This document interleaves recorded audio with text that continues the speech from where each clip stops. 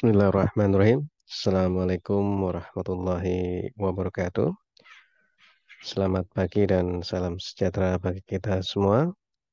Sahabat kebun berkah dimanapun sahabat kebun berkah berada. Jumpa lagi di channel kebun berkah. Kali ini kita akan membahas terkait dengan bangunan konservasi tanah. Sahabat kebun berkah yang berbahagia, kita sudah mengetahui bahwa rehabilitasi hutan dan lahan merupakan upaya untuk memulihkan, mempertahankan atau memperbaiki fungsi hutan dan lahan yang secara praktek dilakukan baik dengan cara vegetatif maupun dengan bangunan konservasi tanah dan air serta dengan kimiawi. Maka pagi hari ini kita akan membahas sedikit terkait dengan rehabilitasi hutan dan lahan melalui bangunan konservasi tanah dan air. Baik, sahabat kebun berkah yang berbahagia, konservasi tanah dan air ini juga dimaksudkan untuk memulihkan, mempertahankan dan meningkatkan fungsi hutan dan lahan sehingga daya dukung, produktivitas dan peranannya dalam mendukung sistem penyangga kehidupan tetap terjaga. Sedangkan tujuan dilakukannya kegiatan konservasi tanah dan air adalah untuk menurunkan jumlah aliran permukaan dan meningkatkan jumlah air yang tersimpan, mengendalikan daya rusak aliran permukaan, dan memperbaiki kualitas aliran permukaan.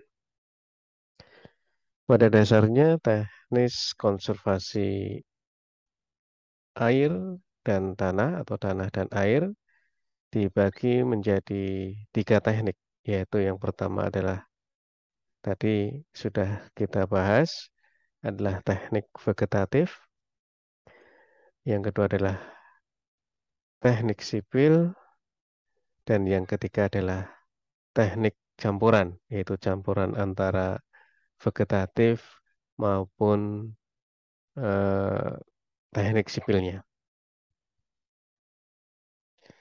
Salah satu kegiatan konservasi tanah dan air dengan metode teknik sipil adalah dengan membangun bangunan konservasi tanah dan air.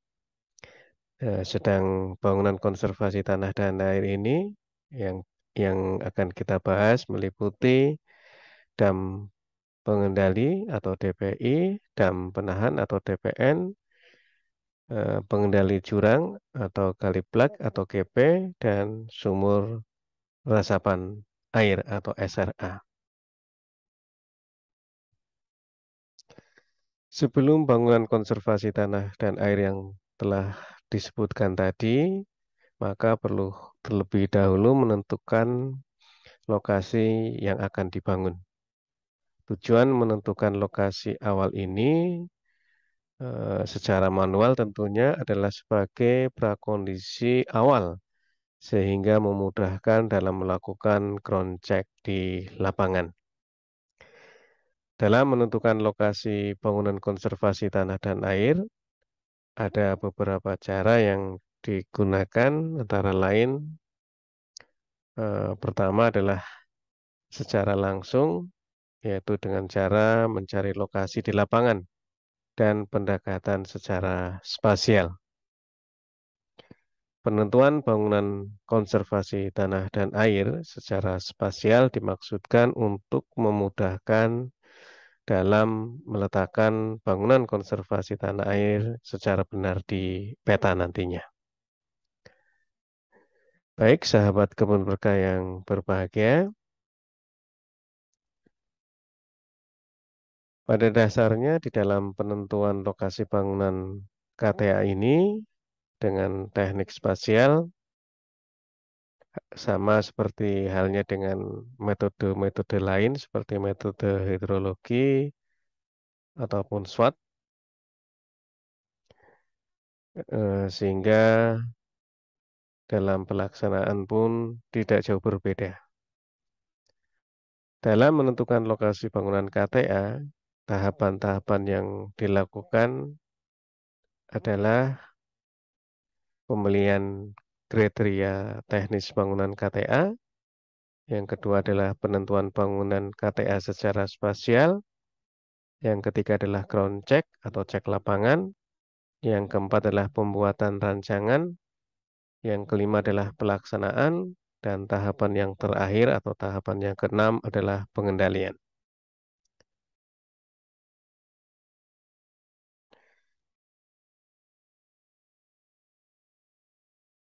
Itu adalah tahapan-tahapan yang dilakukan secara urut.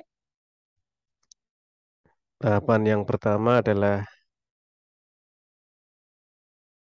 pemilihan kriteria teknis bangunan konservasi tanah dan air. Kita sudah menyebut atau kami sudah menyebut tadi bahwa bangunan konservasi tanah dan air yang akan kita bahas adalah meliputi DPI atau dam pengendali, dam penahan atau DPN, kali plak atau eh, pengendali jurang atau GP, dan sumur resapan air atau SRA. Dan masing-masing bangunan konservasi tanah dan air tadi memiliki kriteria teknis. Yang pertama adalah dam pengendali. Dam pengendali ini adalah bendungan kecil semi permanen yang dapat menampung air atau tidak lolos air dengan konstruksi urukan tanah yang homogen. Ada lapisan kedap air dari beton yang tujuannya adalah mengendalikan erosi tanah, sedimentasi, dan aliran permukaan yang dibangun pada alur sungai atau anak sungai yang tinggi bendungan maksimal adalah 8 meter.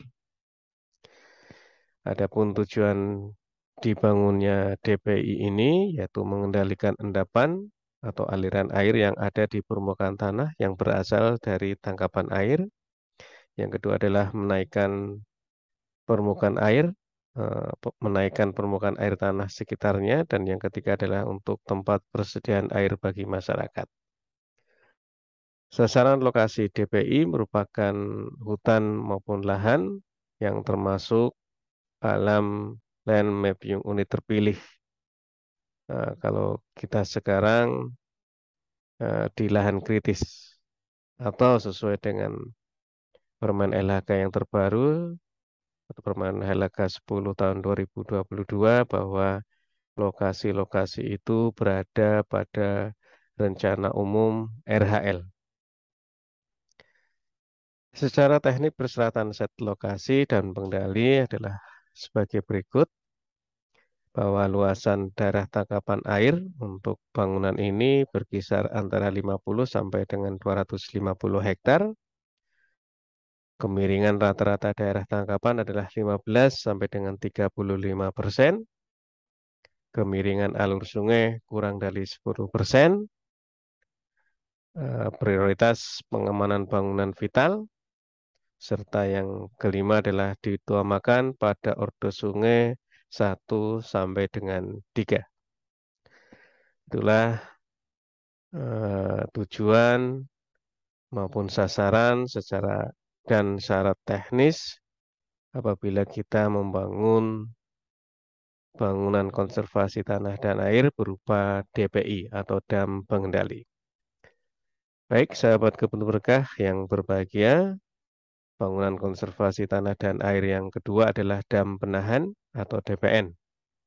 DPN adalah merupakan bendungan kecil yang juga lolos air dengan konstruksi bronjong batu atau terucuk bambu atau kayu yang dibuat pada alur sungai atau jurang dengan tinggi maksimal 4 meter yang berfungsi untuk mengendalikan atau mengendapkan sedimentasi atau erosi tanah dan aliran permukaan.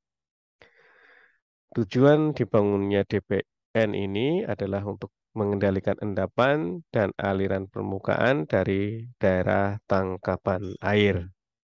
Sasaran lokasi DPN ini juga masuk pada RURHL atau Rencana Umum RHL dengan sasaran teknis atau dengan syarat-syarat teknis eh, DPN adalah sebagai berikut, bahwa lokasi tadi yang pertama adalah lokasi tadi masuk di dalam RURHL atau RTN RHL. Yang keduanya adalah luas daerah tangkapan air antara 10 sampai dengan 30 hektar, kemiringan aluran sungai 15 sampai 35%, kemiringan rata-rata DTA juga sama sebesar 15 sampai dengan 35, serta diutamakan pada ordo sungai 1 sampai dengan 3. Bangunan konservasi tanah dan air yang ketiga adalah gali plak atau GP atau pengendali jurang. GP atau pengendali jurang atau gali plak adalah bendungan kecil yang lolos air yang dibuat pada parit-parit melintang alur parit dengan konstruksi batu bronjong atau kayu atau bambu. Adapun tujuannya dibangunnya GP ini adalah memperbaiki lahan yang rusak berupa jurang atau parit akibat gerusan air guna mencegah terjadinya jurang atau parit tadi semakin besar sehingga erosi dan sedimentasi bisa terkendali. Sasaran GP ini juga masih sama pada kawasan hutan maupun lahan yang masuk di dalam RURHL. Dan secara teknis, lokasi GP memiliki persyaratan yang pertama adalah kemiringan di atas 35% dan terjadi erosi parit atau alur. Yang kedua adalah pengelolaan lahan sekitarnya sangat intensif dan memang lahan juga terbuka. Yang ketiga adalah luas daerah tangkapan air antara 3 sampai 5 hektar. Yang keempat adalah kemiringan alur maksimal 10%. Dan yang kelima diutamakan pada ordo sungai 1 sampai dengan 3. Bangunan yang terakhir adalah bangunan sumur resapan air atau SRA.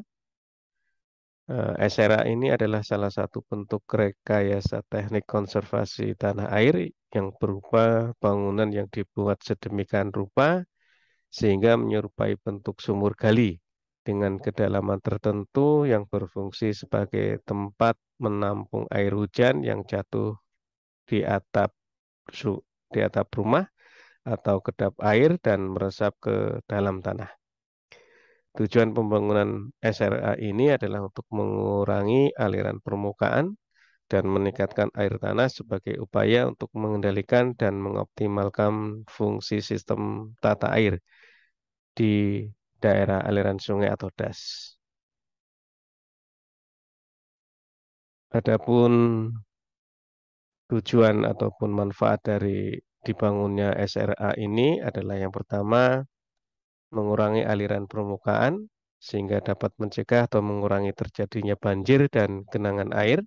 Yang kedua adalah mengurangi aliran permukaan, mempertahankan dan menambah tinggi muka air tanah. Yang ketiga adalah mengurangi erosi dan sedimentasi. Yang keempat adalah mencegah intrusi air dan penurunan air tanah atau penurunan tanah. Yang kelima adalah mengurangi konsentrasi pencemaran air tanah. Dan sasaran lokasi SRA yaitu yang pertama diutamakan pada morfologi hulu dan tengah das. Jadi SRA ini atau lokasi dibangunnya SRA diutamakan pada hulu das maupun pada tengah das. Yang kedua adalah di daerah pemukiman. Yang ketiga adalah aliran permukaan runoff tinggi. Yang keempat adalah vegetasi penutup tanah. kurang dari 30%, dan yang kelima adalah tanahnya sangat poros. Sahabat kebun berkah yang berbahagia, demikian dulu terkait pembahasan kita mengenai bangunan konservasi tanah dan air, hanya sampai pada pengantar, yaitu kriteria-kriteria yang digunakan di dalam melakukan pembangunan atau membangun bangunan konservasi tanah dan air. Untuk bagian selanjutnya mudah-mudahan bisa dilanjutkan. Akhir kata, sehat selalu dan tetap semangat. Assalamualaikum warahmatullahi wabarakatuh.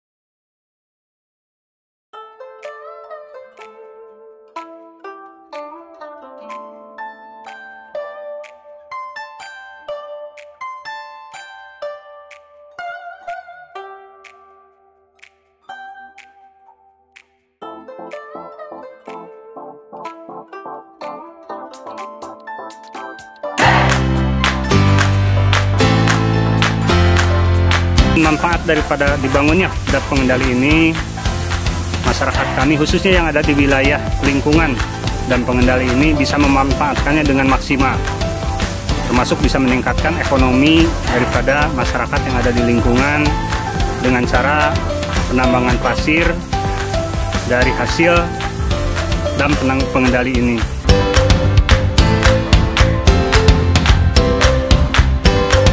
Pendapatan rata-rata per hari itu kurang lebih di kisaran antara 80 sampai 120 ribu per orang. Jadi kalau dikulasikan hasil daripada DPI per musim atau per tahun dari penambangan pasir itu 100 ribu kali 400 kubik, bisa dihitung berapa itu penghasilan dalam 1 tahun yang dirasakan oleh baik masyarakat